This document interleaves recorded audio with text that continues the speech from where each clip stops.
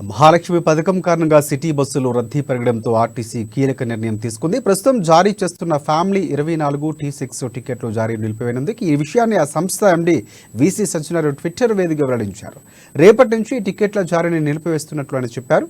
ఈ టికెట్లను జారీ చేయాలంటే ప్రయాణికులు తమ గుర్తింపు కార్డులు కండక్టర్కు చూపించాల్సి ఉంటుందని చెప్పారు.